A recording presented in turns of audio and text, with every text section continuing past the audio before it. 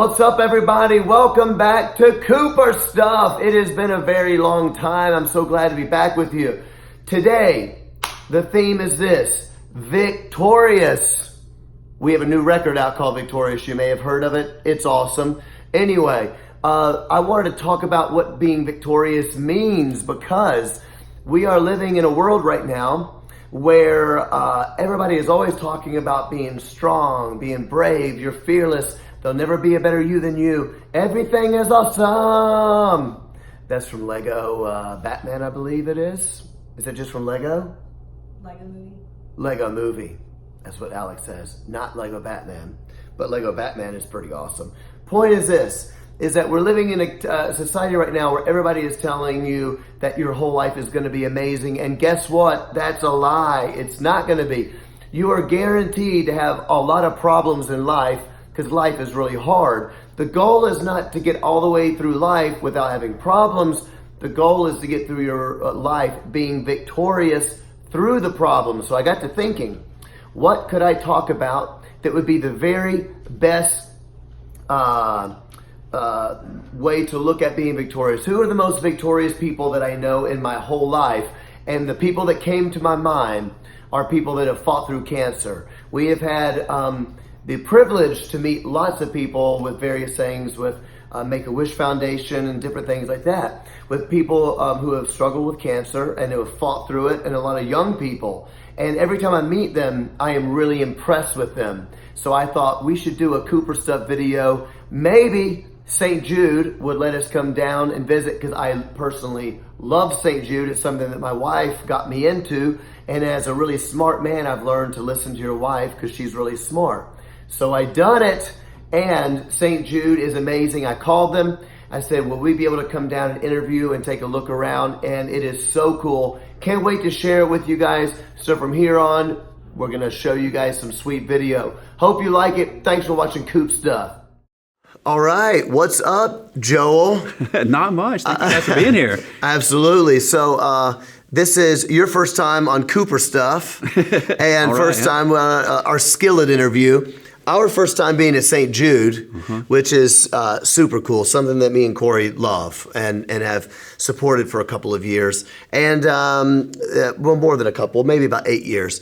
And I'm very excited because we just decided about a year ago to kind of like, you know, start coming out of the closet, letting people know we support St. Jude. And as silly as it seems, as dumb as it seems, I always kind of had this thing is I don't want to tell people what we financially support, because it makes it look like I'm bragging on myself, like we're amazing. And I just wanted to keep that under the radar. And I suddenly thought the best way to get more support financially from our fans is to tell people about St. Jude. So we got to get on the phone, and you gave us an amazing, what do you call it? Tour of the facility. I thought it'd take like 10 minutes, and we could have done it for like 3 hours. This place is huge, and I'm amazed by St. Jude. So the theme of this podcast is called Victorious, because that's the name of the record. And I thought the theme of the record is kind of overcoming whatever hardships are in your life, and that life isn't always going to be easy. And a lot of people watching have struggles with depression, a lot of Skillet fans, being bullied at school. These are all real things. And I wanted to have this theme of there's going to be a lot of hard stuff in your life, but you can't overcome it. And so what crossed our minds was, when I think of the most victorious people I know, it's kids that have fought through cancer. And we've met a lot of those kinds of people on the road with maybe Make-A-Wish or at certain shows. And whenever I meet these kids, I'm just blown away. So that's how we got hooked up. I didn't know I was going to get to meet you. And you are a survivor. I am. And I believe you were 7 years old? I was 7 years old when I first came to St. Jude. Yeah? Maybe tell us a brief version. Yeah. So I came to St. Jude Children's Research Hospital from the other side of the state, so East Tennessee. I was in Chattanooga, and we discovered there I had osteosarcoma, which is a pediatric bone cancer. So I came to St. Jude and was treated for about a year. This is a hospital that was far away from home. I spent the better part of that year inpatient. So this was something my family never thought we could afford to save my life, but they were going to do whatever. But we found out with St. Jude that no family pays for anything, not for treatment, travel, housing, or food. And so that's crazy. All that worry was wiped away the moment I walked in the door.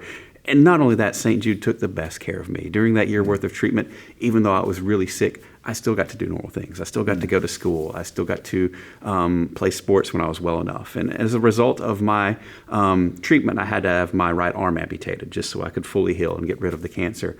But after that, St. Jude took care of my physical therapy. They helped me learn how to use my left hand because I was right-handed before. They helped me become confident. So by the time I walked out of here after a year worth of treatment, I hopped right back in my normal life. I got back into third grade. I got into sports I'd never attempted before. So as much as I can say my life was saved by St. Jude, my perspective was given by St. Jude as well. Wow. That's just so cool. It's you. such a different world, It's because we complain about silly stuff. When we, I say we, when I mean people in America. Oh, I still do too. You complain about stupid. I'll ask your wife later how many stupid things you complain about. There'll be a list. You know what I've loved, and I don't know if this is your story or not. We haven't talked about this, but the reason when I think of Victorious, I think of some of the young people I've met that are battling cancer. And I don't want to make too much of a weird statement about this, but we live in a pretty awesome country. I mean, we have money, we have food, we have a lot of things a lot of the world doesn't have. And I meet a lot of people, no judgment, but that feel that they have a very hard life. But when you look at it in perspective, to some of the kids that I've met that are battling cancer, they come out to a show. I've never seen that attitude with the cancer kids. I've never seen them feel like my life is ultra hard. It just seems like they're really facing this with an incredible amount of bravery. Is that accurate, or is that just the people that I've met? No, it's across the board. I mean, it's working here for 16 years now and doing video production and getting to share stories. We've met kids who just astound me every day, and I think, okay, it would be fine if they couldn't handle it, okay, but 100% of the time, these kids handle it wonderfully. And I talked about my type of cancer. I only had a year worth of treatment. The most common form of childhood cancer, you mentioned my wife, she was treated here for that. That's almost 3 years worth of treatment these kids are having to go through to handle that. So I look at those kids, I look at my wife who, handle it at later stage in life. She was a teenager as she was going through treatment, so it was a bigger deal for her. And for her to emerge from that, have two beautiful, wonderful kids, and now I get to share my life with her and get this amazing woman who gives me perspective on every day as well is the best gift. And then we get to turn around by working here and seeing these kids now who give us just this great joy and this great vigor to come to work every single day. Yeah. Why do you think, and if you don't know, it's fine, but why do you think that they are so, so brave, so courageous and fierce in facing it? What makes that happen? It's a lot of factors. I think when you're a kid, there's just that innate belief that you're going to accomplish whatever you want to. The world hasn't soured you yet to okay, I might felt that. So with me, just being 7, I jumped in. I was like, okay, I can do this. I can get through it. It'll be fine.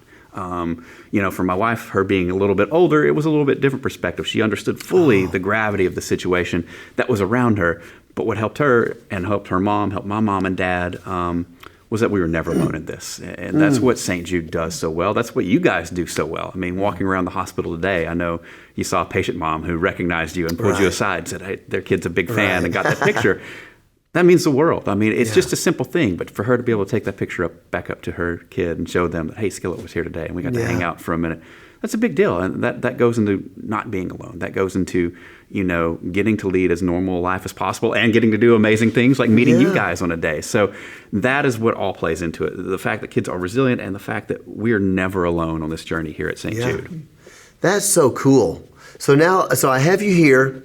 And in case people think we're lying, because we got from the horse's mouth, if I can call you a horse for a second. Sure.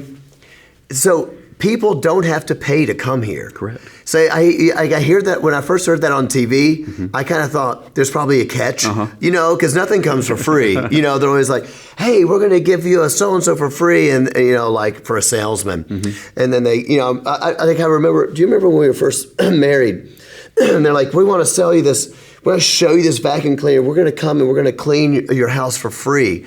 And then they do it, and then they're trying to charge you for something you didn't know about. And I'm like, I knew it. Nothing is for free. And you see this stuff on TV. No kid is turned away. That's actually real. That's real. They don't have to pay for it. And then today when we were going through, I was hearing your story and your wife's story, and about how, I actually don't remember if it was you or Herb now, but saying that your dad or her dad was saying, my wife, Yeah, it was your wife. And her dad was like, okay, well, the treatment's free, but we got to find a hotel. We got to do this. And they're like, oh, no, we got all that covered too. That's insane. Yeah. So it's real. It's real. And like you were saying. It's real, people, okay? Absolutely. And these are, you think a lot of times, like, oh, it's free. How good could that be? We have some of the world's leading doctors and researchers right here. I mean, we've taken the childhood cancer survival rate from 20% when we opened in 1962 to 80% overall for the most common form of childhood cancer that my wife had. It was a 4% survival rate when we opened. It's 94% today. Woo! So it's not free care. It's the best care. And on top of that, we're getting our school taken care of. We're getting fed every day for free. We're flying back and forth between our home and here for free. So it is amazing, and it's a tremendous burden that's taken off these parents' shoulders. So not only do they not have to worry about the finances, they get to focus on that time, making that quality time with their kid as well. And I think that you said, sorry, I was listening to all the numbers. Numbers confuse me, but I want to hit it again. Yeah. If I remember correctly, it was something like in 62 is when St. Jude started. The childhood cancer survival rate was 20% overall. 20% overall, and it's up to 80%. 80% now. It's just so cool. It's amazing. And then the last thing that I think is so great that we talked about earlier, and I made a joke because I love capitalism and I love America. I'm all about capitalism, business, and this is like the worst capitalistic organization in the world because you guys give the research to the world. It's utopian. It's almost kind of like, I mean, I hate to get too in a weird spiritual world, but it's almost like kingdom of God stuff, the idea of this is for everybody. And I just think that is just, I didn't know that until I came today. So I was overwhelmed with all this really cool information. I was like, I already knew it was going to be awesome. And to find out that we're like, no, we're spending our money to do this research, the grants, and then we give it to everybody. It's just, it's really real. I feel like I'm at Disneyland a little bit, the Disneyland of research. So I feel really honored, and I'm glad we got to do this and tell the people, and I'm gonna tell these Skillet fans to write some checks. So thanks so much for telling me about it. Oh, well, thank you so much, and thank you so much for the perspective you take away from here. And one last thing I want to say too is you hit the nail on the head. I mean, you see the way it functions inside of here, and we walked you through that room where you saw all the flags from our home nations for the people who work here, and you could say, you can look in the outside world and say, okay, there are a lot of ills, and you can look at those flags and say, maybe some of these are countries that don't get along, but you see it can be done. You see we can get along, we can work together for a common cause to make the world a better place. So, I think that's great. I'm just honored to work for an organization like that. I'm honored that you guys took time out to share our message and talk to your fans about it, and know that you and all of your fans are part of this family, and you make this altruistic dream possible. I love that. I love that. And that, you know what? Some people think that sounds cheesy. I'm not saying you. Some people think you're stupid and cheesy. But it's true. And that's even like I always share a Bible verse at the end of Maine because that, my faith. But love always believes. Love conquers all. And I just say, I loved the flags when we saw that room. And I was looking at thinking the same thing, thinking, wouldn't it be really great if everything in the world worked like this, that all the flags, we're all people. It's cool to have nations and have your own, that's cool. But that we're all, in the end, we have a lot more in common than we have, in different. And I think that St. Jude is displaying that. I just think it's a really cool thing. So that's what I wanted to share with our watchers and listeners, to be victorious and be like those kids, man. Those kids that are like, oh, I guess this is what I got to do now. I've got to fight this. I think that's just something about it really lit me up. So thanks a lot. So a lot of you guys are always asking Skillet, how can I change the world? What can I do? What can I do to help someone else be victorious and live the victorious life? I want to give a huge plug for St. Jude, because not only are they doing amazing stuff for kids and amazing research, it's free and it costs a ton of money to do. So if you want to help out, visit at St. Jude on Instagram, stjude.org. You can find out information. You can give money. I think it's a really cool thing. So thanks so much for watching. Live the victorious life. Hope you enjoyed Cooper stuff today. Check out our new record, Victorious. And don't forget to support St. Jude. They do such incredible work. Nobody has to pay for their treatment. No kid is turned away. They take care of their families. They take care of their food, their lodging. It is so absolutely cool. And you can be a part of helping these little warriors get through their cancer and fight through it, give them hope. I think it's a beautiful thing. Thanks for watching Cooper Stuff. Later. Cooper Stuff! I definitely have to rub his nose. I need all that. That's cool.